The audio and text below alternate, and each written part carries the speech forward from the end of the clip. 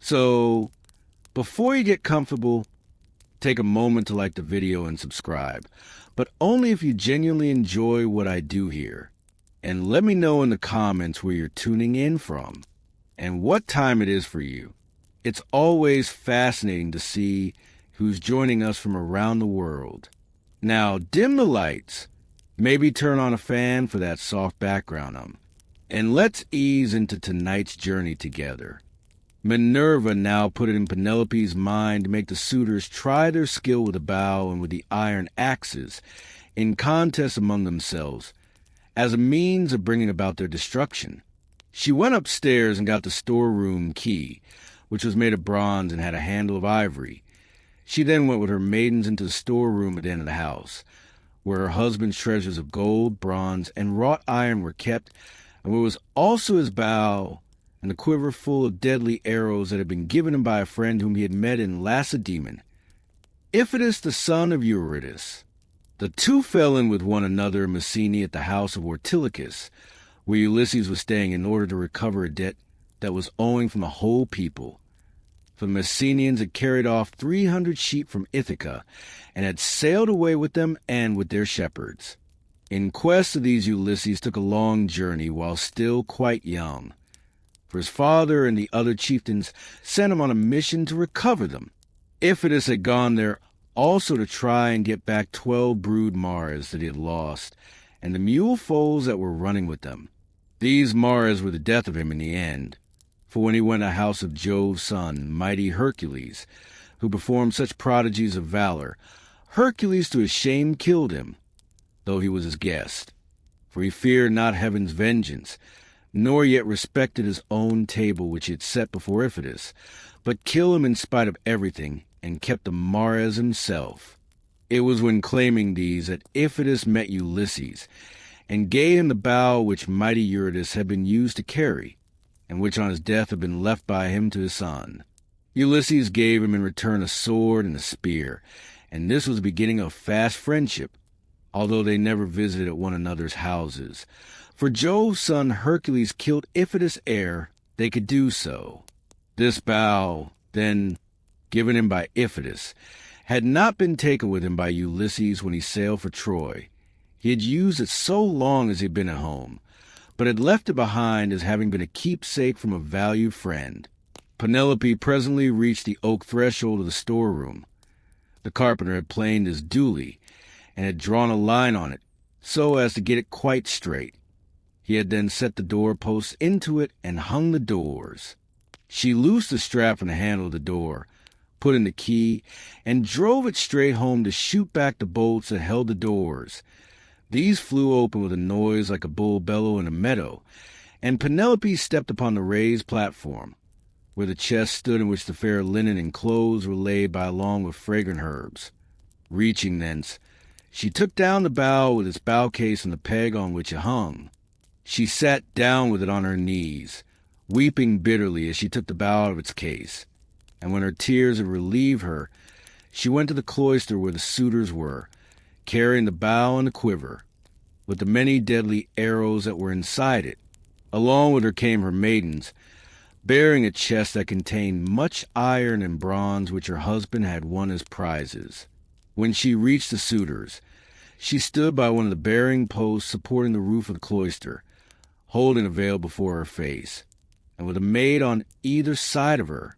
Then she said, "Listen to me, you suitors, who persist in abusing the hospitality of this house, because its owner has been long absent, and without other pretext than that you want to marry me. This, then, being the prize that you are contending for, I will bring out the mighty bow of Ulysses, and whomsoever you shall string it most easily, and send his arrow through each one of 12 axes, him will I follow and quit this house of my lawful husband, so goodly and so abounding in wealth.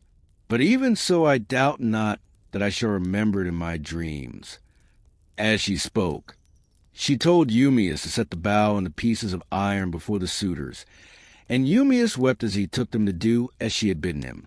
Hard by, the stockman wept also when he saw his master's bow. But Antinous scolded them. "You country louts," said he, Silly simpletons! Why should you add to the sorrows of your mistress by crying in this way? She has enough to grieve her in the loss of her husband. Sit still, therefore, and eat your dinners in silence, or go outside if you want to cry, and leave the bow behind you. We suitors shall have contend for with might and main, for we shall find it no light matter to string such a bow as this is. There is not a man of us all who is such another as Ulysses, for I have seen him and remember him, though I was then only a child. This was what he said, but all the time he was expecting to be able to string the bow and shoot through the iron, whereas in fact he was to be the first that should taste of the arrows from the hands of Ulysses, whom he was dishonoring in his own house, egging the others on to do so also. Then Telemachus spoke. "Great heavens!" he exclaimed. "Jove must have robbed me of my senses. Here is my dear and excellent mother saying she will quit this house and marry again, yet I am laughing and enjoying myself as though there were nothing happening. But, suitors, as the contest has been agreed upon, let it go forward. It is for a woman whose peer is not to be found in Pylos, Argos, or Mycene, nor yet in Ithaca, nor on the mainland. You know this as well as I do. What need have I to speak in praise of my mother? Come on, then, make no excuses for delay, but let us see whether you can string the bow or no. I too will make trial of it. For if I can string it and shoot through the iron, I shall not suffer my mother to quit this house with a stranger, not if I can win the prizes which my father won before me." As he spoke, he sprang from his seat, threw his crimson cloak from him, and took his sword from his shoulder. First he set the axes in a row, in a long groove which he had dug for them, and had weighed straight by line. Then he stamped the earth tight round them, and everyone was surprised when they saw him set up so orderly, though he had never seen anything of the kind before. This done, he went on the pavement to make trial of the bow. Thrice did he tug at it, try with all his might to draw the string, and thrice he had to leave off, though he had hoped to string the bow and shoot through the iron. He was trying for the fourth time, and would have strung it had not Ulysses made a sign to check him in spite of all his eagerness. So he said, "Alas, I shall either be always feeble and of no prowess, or I am too young, and have not yet reached my full strength so as to be able to hold my own if anyone attacks me. You others, therefore, who are stronger than I, make trial of the bow and get this contest settled." On this he put the bow down, letting it lean against the door that led into the house, with the arrow standing against the top of the bow. Then he sat down on the seat from which he had risen, and Antinous said, "Come on, each of you in his turn, going toward the right from the place at which the cupbearer begins when he is handing round the wine." The rest agreed, and Leiodes son of Oenops was the first to rise. He was sacrificial priest of the suitors, and sat in the corner near the mixing bowl. He was the only man who hated their evil deeds, and was indignant with the others. He was now the first to take the bow and arrow, so he went on the pavement to make his trial, but he could not string the bow, for his hands were weak and unused to hard work. They therefore soon grew tired, and he said to the suitors, "My friends, I cannot string it. Let another have it. This bow shall take the life and soul out of many a chief among us, for it is better to die than to live after having missed the prize that we have so long striven for, and which has brought us so long together. Some one of us is even now hoping and praying that he may marry Penelope, but when he has seen this bow and tried it, let him woo and make bridal offerings to some other woman, and let Penelope marry whoever makes her the best offer and whose lot it is to win her." On this he put the bow down, letting it lean against the door, with the arrow standing against the tip of the bow. Then he took his seat again on the seat from which he had risen, and Antinous rebuked him, saying, "Leiodes, what are you talking about? Your words are monstrous and intolerable. It makes me angry to listen to you. Shall, then, this bow take the life of many a chief among us, merely because you cannot bend it yourself?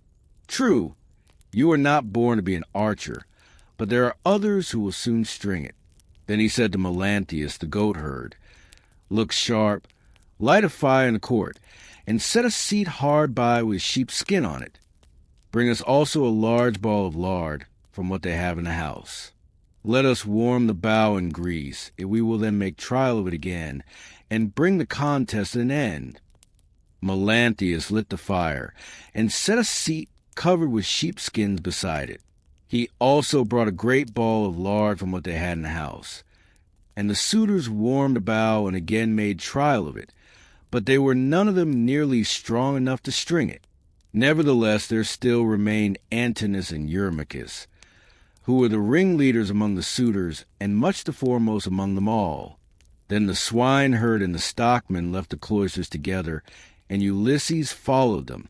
When they got outside the gates and the outer yard, Ulysses said to them quietly, "Stockman, and you swineherd, I have something in my mind which I am in doubt whether to say or no, but I think I will say it. What manner of men would you be to stand by Ulysses, if some god should bring him back here all of a sudden? Say what you're disposed to do, to side with the suitors or with Ulysses?"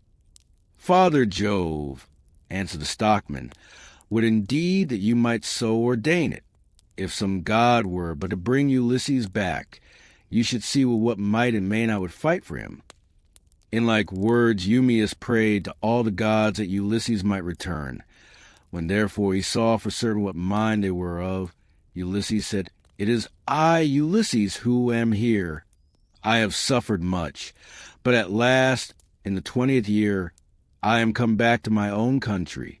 I find that you two alone of all my servants are glad that I should do so, for I have not heard any of the others praying for my return.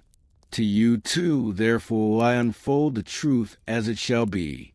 If heaven shall deliver the suitors into my hands, I will find wives for both of you, will give you house and holding close to my own, and you shall be to me as though you were brothers and friends of Telemachus. I will now give you convincing proofs that you may know me and be assured. See, here is the scar from the boar's tooth that ripped me when I was out hunting on Mount Parnassus with the sons of Autolycus." As he spoke, he drew his rags aside from the great scar, and when they had examined it thoroughly, they both of them wept about Ulysses, threw their arms round him and kissed his head and shoulders, while Ulysses kissed their hands and faces in return. The sun would have gone down upon their mourning, if Ulysses had not checked them and said, "Cease your weeping, lest someone should come outside and see us, and tell those who are within. When you go in, do so separately, not both together. I will go first, and do follow afterwards. Let this, moreover, be the token between us. The suitors will all of them try to prevent me from getting hold of the bow and quiver. Do you, therefore, Eumaeus, place it in my hands when you are carrying about, and tell the women to close the doors of their apartment. If they hear any groaning or uproar as of men fighting about the house, they must not come out. They must keep quiet, and stay where they are at their work. And I charge you, Philoetius, to make fast the doors of the outer court, and to bind them securely at once." When he had thus spoken, he went back to the house and took the seat that he had left. Presently, his two servants followed him inside. At this moment the bow was in the hands of Eumaeus, who was warming it by the fire, but even so he could not string it, and he was greatly grieved. He heaved a deep sigh and said, "I grieve for myself and for us all. I grieve that I shall have to forego the marriage, but I do not care nearly so much about this, for there are plenty of other women in Ithaca and elsewhere. What I feel most is the fact of our being so inferior to Ulysses in strength that we cannot string his bow. This will disgrace us in the eyes of those who are yet unborn." "It shall not be so, Eumaeus," said Antinous, "and you know it yourself. Today is the feast of Apollo throughout all the land.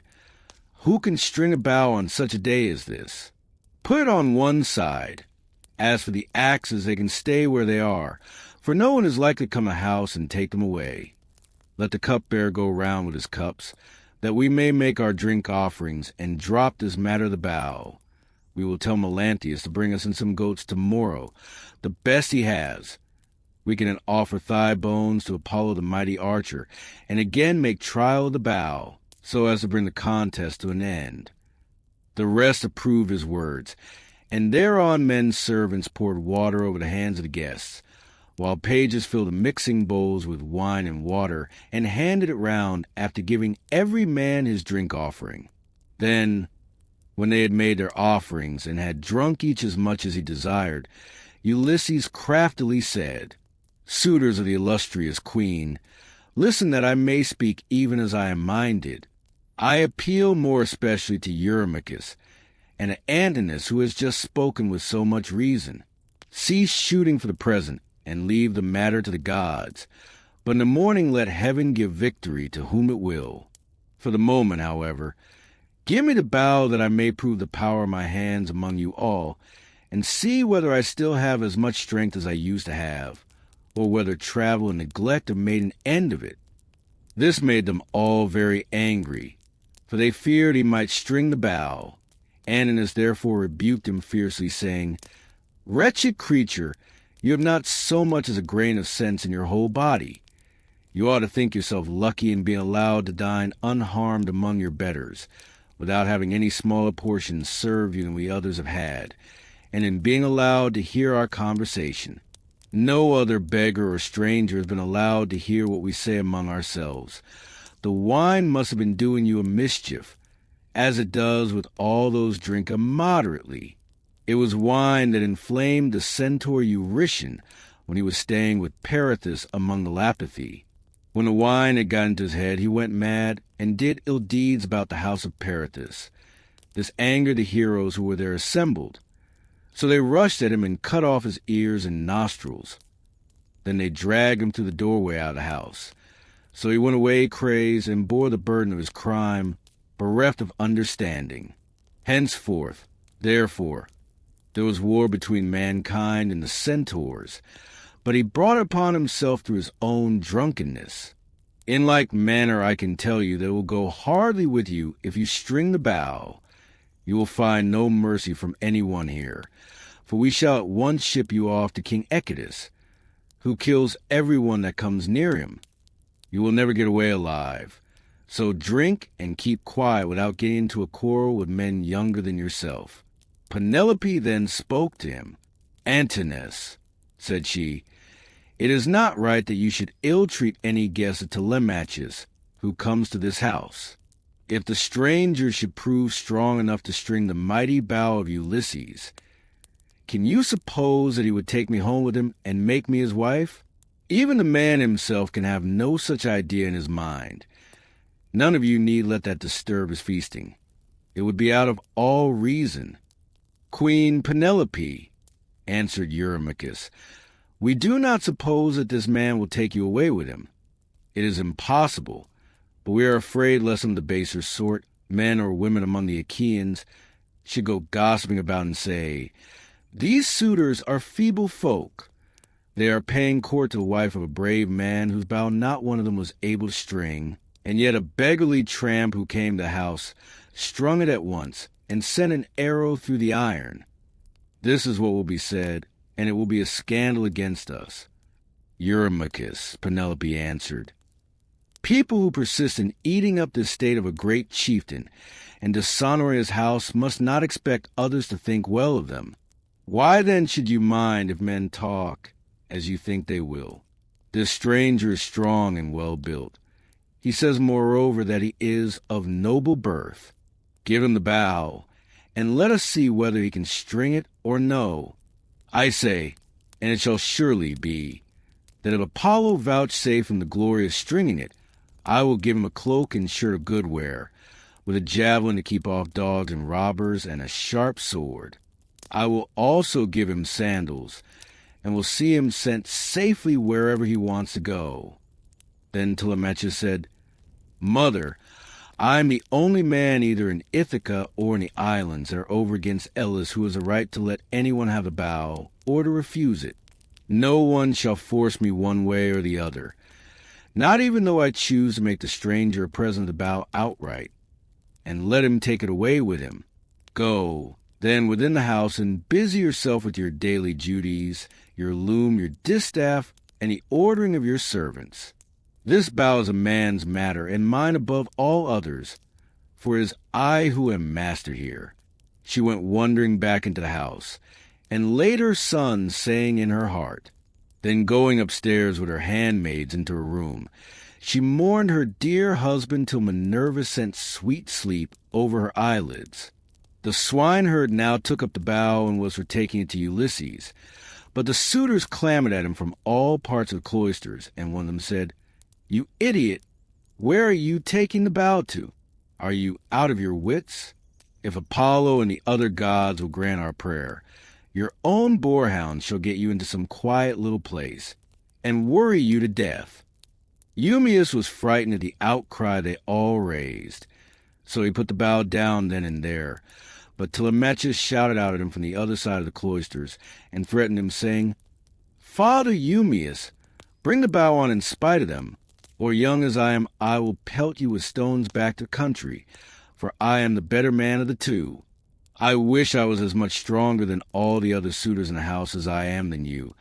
I would soon send some of them off sick and sorry, for they mean mischief." Thus did he speak, and they all of them laughed heartily, which put them in a better humor with Telemachus. So Eumaeus brought the bow on and placed it in the hands of Ulysses. When he had done this, he called Euryclea apart and said to her, "Euryclea, Telemachus says you are to close the doors of the women's apartments. If they hear any groaning or uproar as of men fighting about the house, they are not to come out, but are to keep quiet and stay where they are at their work." Euryclea did as she was told, and closed the doors of the women's apartments. Meanwhile Philoetius slipped quietly out and made fast the gates of the outer court. There was a ship's cable of bulbous fiber lying in the gatehouse, so he made the gates fast with it, and then came in again, resuming the seat that he had left, and keeping an eye on Ulysses, who had now got the bow in his hands, and was turning it every way about, and proving all over to see whether the worms had been eating into its two horns during his absence. Then would one turn towards his neighbor, saying, "This is some tricky old bow fancier. Either he's got one like at home, or he wants to make one. In such workmanlike style does the old vagabond handle it." Another said, "I hope he may be no more successful in other things than he is likely to be in stringing this bow."